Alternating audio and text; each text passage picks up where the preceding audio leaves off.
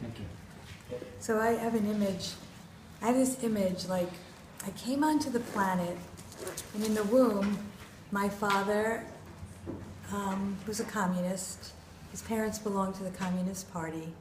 He didn't really want a child. He had no money. My mother was in Queens College.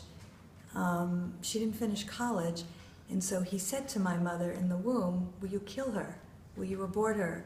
Because I can't take care of her. And my mother went into shock. And then she left my father, and she went to live with her mother and tried to divorce him. And her mother said, I'm not taking you, you must go back. So I think what happened to me before words was that I felt that they were going to kill me, and I went, get me out of here. And what was left was like me as like an empty vessel, and then I, meaning all the parts of me, basically went out into the world. And there was no me. Like me was like, and then that became me.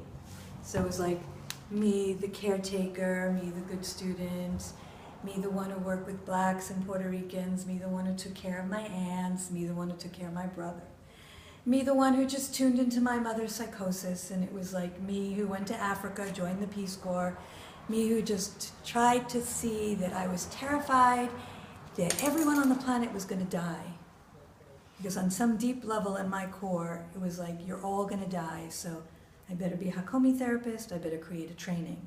I better be a trauma therapist, I better create a fucking training. And my whole consciousness was involved in like, the planet can't blow up. And it was like, but my false self was like, well, I'm important, or I'm doing something meaningful. So I sort of wrapped my ego around, this is a meaningful life, even though I didn't exist. But it was a meaningful life because I did meaningful things, and I did good things, and so meaningful life. And I remember when I went to the Peace Corps, and I was in Kenya, and I was like heavily depressed. It was like, no, you're going to be a music teacher. So I spent 3 years in Kenya, and I remember like going into a black hole, having a car accident.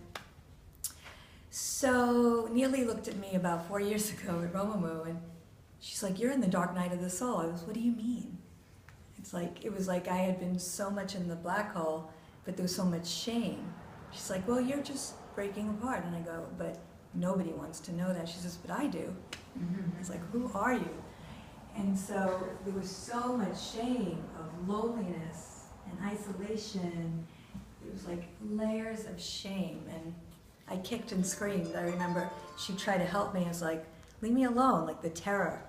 You know, and then finally, like, the false self got peeled away, and I had to, like, deal with emptiness, and abandonment, and loneliness, and despair, and hunger.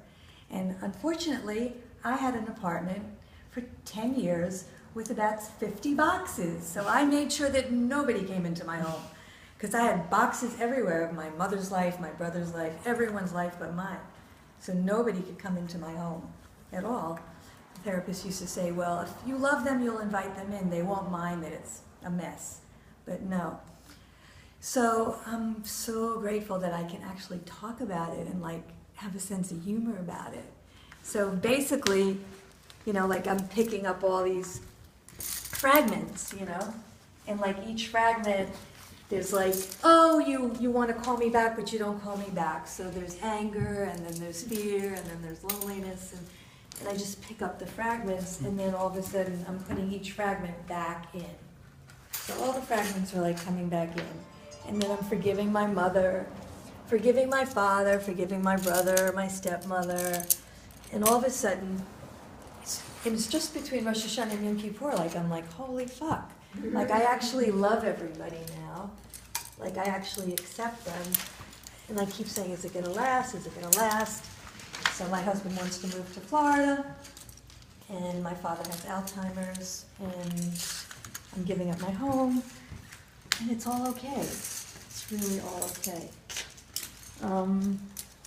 So that's where I am right now. So it's like I'm coming back inside, and it's kind of like what several people said. It's like the wounded child has, like, she's in the womb. Like she's in the fucking womb. That means she's in my bloodstream. She doesn't even have a name. So the trauma is like so deep. And I've been peeling the onion. So now I have skin, and I'm like back inside, and all these experiences like I could start to hold inside me, and then I can look at you and go like, oh my God, I'm here again, with these years and years of like traumas and traumas. So it's just grateful. I'm just grateful that I didn't know I would make it through. There was like suicidal thoughts. There was like, get me out of here. One person said my apartment felt like a cemetery. A friend of mine came in and said, this is like the Holocaust, and I feel like all the graves are here. And she was right. Like, I was sort of living in a cemetery for about 7 years, and just would go in and like fall into the cemetery. And now it's like it's all coming out, and my home's changing, and things are moving along. So, and because of that, I still have boxes against the wall, but the Shabbat after Yom Kippur, the Friday night after Yom Kippur, like I want to invite anyone in Living Deeply to come over for Shabbat. So it's the Friday after Yom Kippur. I'm going to have like an open house for Shabbat that night. This Friday night? No, the Friday after Yom Kippur. That's this coming Friday. This coming Friday. This coming Friday. This coming Friday. This coming Friday? Okay. Yeah.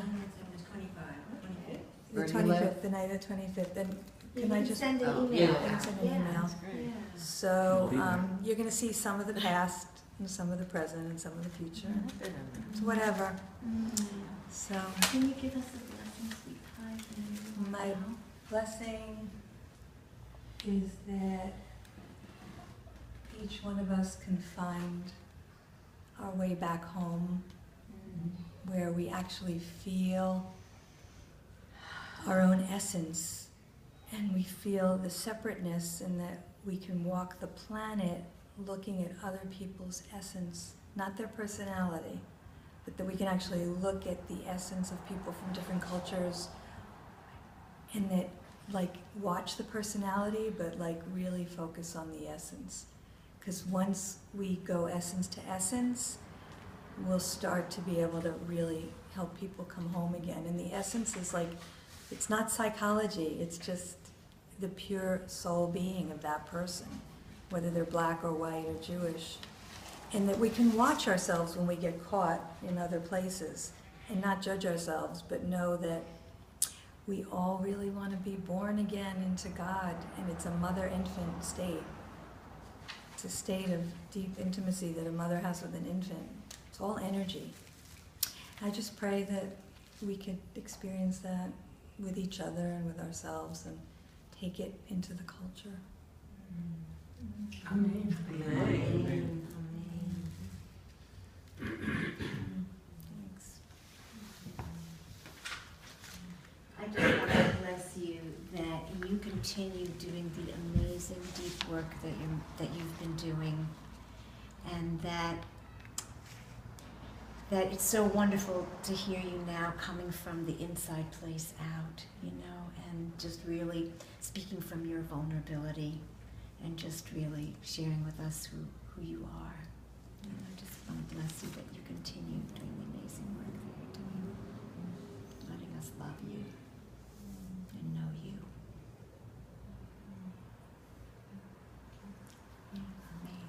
Amen.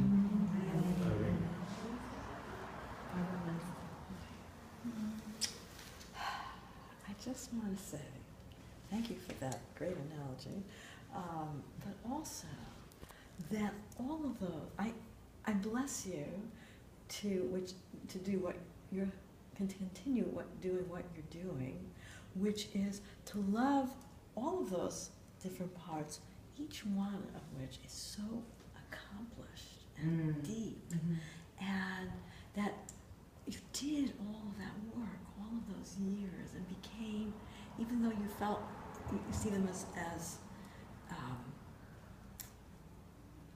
fractured parts of yourself, they are so much, each one of them, so deep and so thoughtful and so thought through. And now putting it all together is so, I bless you to continue putting it all together, and to really love, that person who was in the Peace Corps and was teaching music, and all of those things make up the essence of you, despite, what might have been, underneath. They are. It's real. It's still, it's still so important. So I bless you to love it all like we did. I have one about, I'm blessing you to continue blessing and being a blessing in the world. Because you've been a blessing all this time. And you've needed to know, like you've come to a place now where you're starting to really feel that. And loving others and loving yourself, that you're the blessing. And I think it was so poignant that you chose, and maybe you chose it consciously, a case for those colored sticks that's see-through. It's transparent. So that we can see you. The broken pieces are held by the whole, and you picked a whole that's transparent, that's to be seen. So you've always been holding yourself to be seen, it seems like, in your wholeness. And that we get to see you, and that's the contribution. I mean, that's the blessing. That's the blessed and the blessing.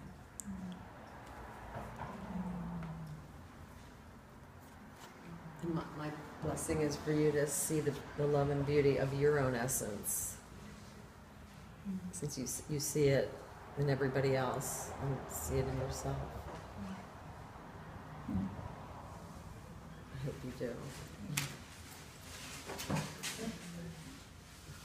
I have one because I just got this. I connected to this image like years ago, but this thing about being seen, but that you've chosen to videotape yourself is so great, so you can see it again. But also because of the conflict that we had when I videotaped myself.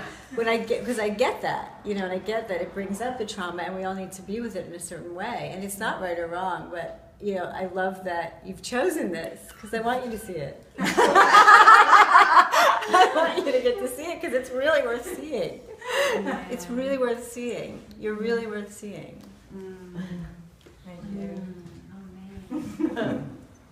So, I find it really interesting, all the colored sticks that represent all the many different parts of you, and your beautiful parts, maybe not so beautiful parts, but they're all in a whole when you put them together, and you do. And to continue doing that. Because you've always felt that they've never been together, but they have. Because they are a set.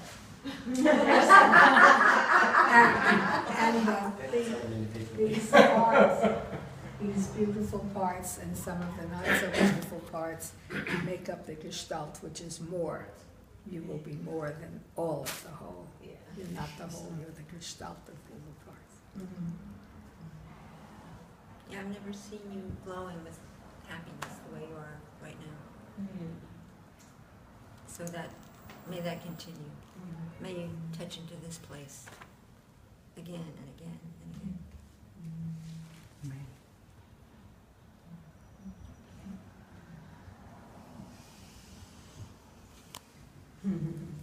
And I would just like to say that this was a wonderful piece of performance art. It was really so incredible. It was incredible, even though it was in a way simple. The way you did it seems like you just it was just so authentic, and I really enjoyed. I really like that part of it too, the creative way you presented your story. That touched me. And in my Pazook, it was that women didn't exist, that God was taking care of only the men. How interesting. So I started like, holy shit, this is my life. It was Wow. all abandonment for caretaking, for the patriarchy, and yeah. Wow. So. Really, it's from tarot to Torah. That's my name for the course. I tell people the course is from tarot to Torah.